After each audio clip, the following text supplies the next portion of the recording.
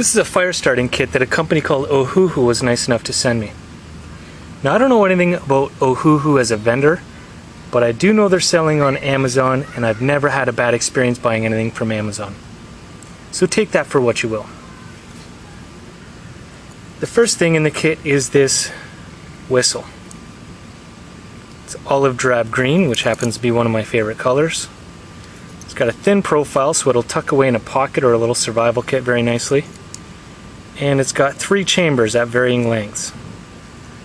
I don't know for sure, but I think the varying lengths have something to do with the whistle creating a higher volume. And I'll blow that for you in a sec so you can hear what it sounds like. Alright, here it is. Hopefully when I blow this, there isn't a team of search and rescue guys that run into my backyard thinking I need help. Let me give it a whistle.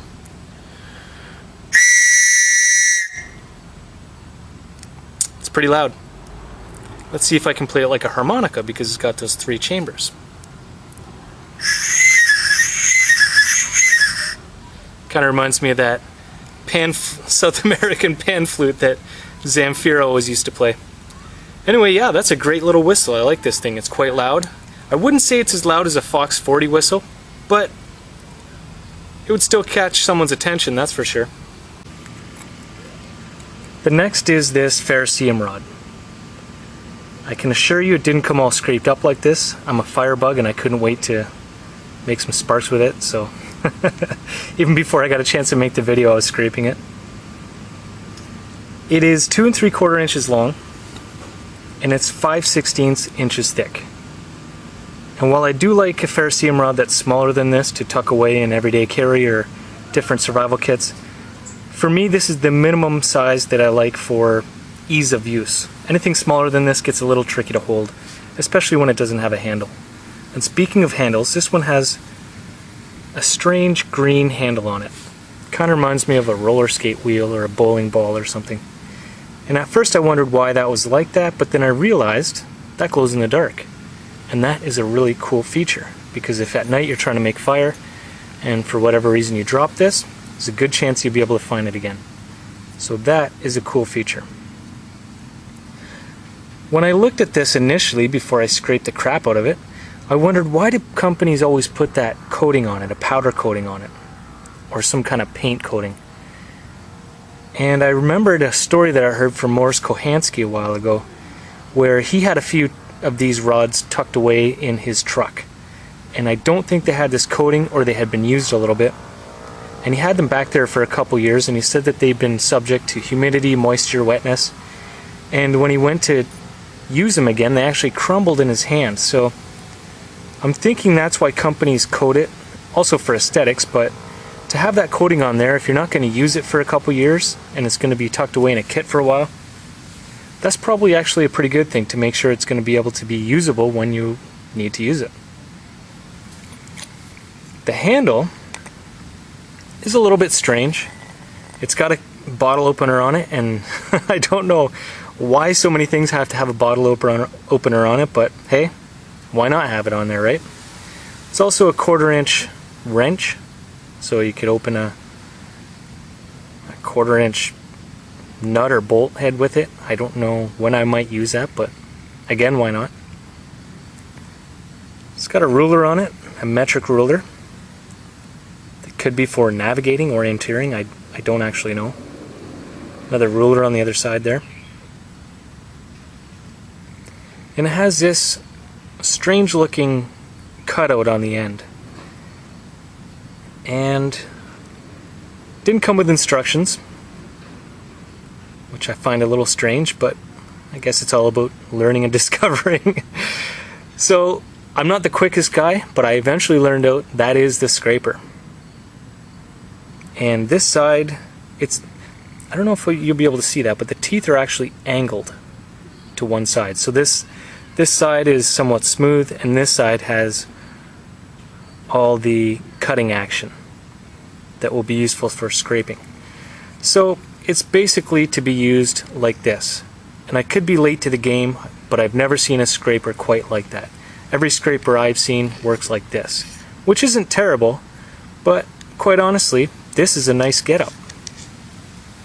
I like it. So let's make a few sparks here.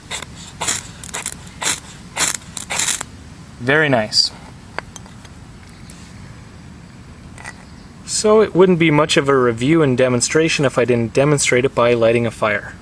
So what I'm going to do is wait for the sun to go down and we will try this out. And hopefully you'll be able to see the handle glowing in the dark.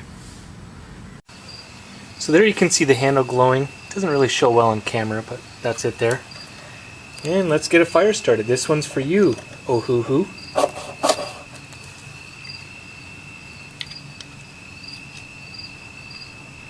Alright.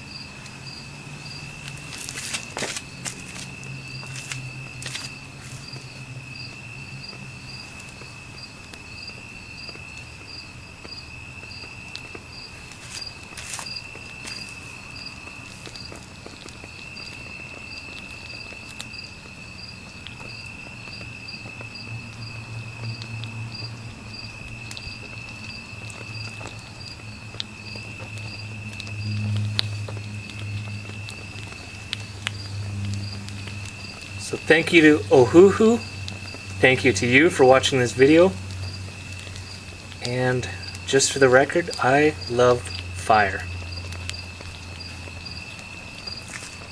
I'll see you next time.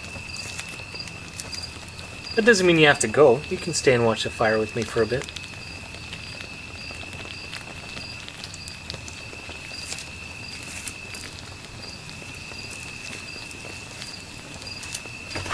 Sarah, do you want to see this? Come and see. Make sure your reaction's loud enough to be caught on camera. The hell are you doing? I hope that was loud enough. What? Is that the thing you got from the side of the road?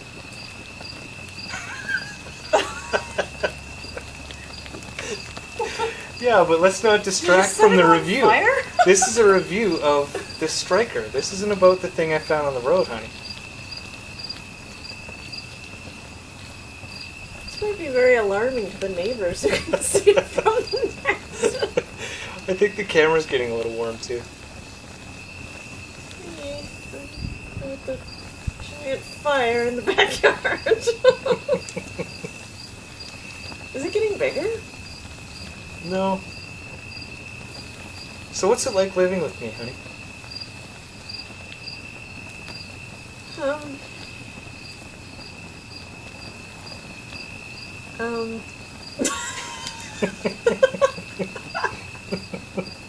Are you surprised that you walk out to this, or? I haven't done something Fire like... specifically, yes. No, actually, no. It's been a while since I've done something like this, alright? Like I've never done this exact thing, but this is pretty cool. This is better than when you poured ice water on me in the shower. Yeah. It's kind of the opposite, because this is hot.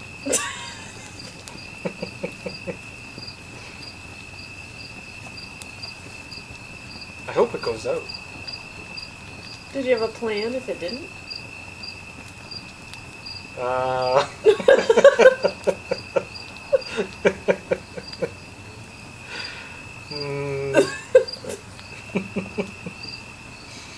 Do you have a fire extinguisher? In the house, yeah. It'll burn out, I mean, probably.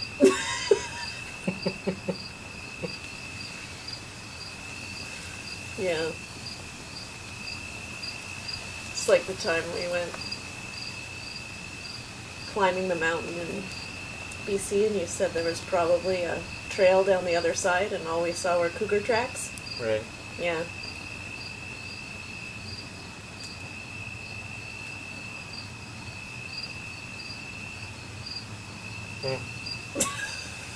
That's fun. Fire's nice, right? It's pretty nice.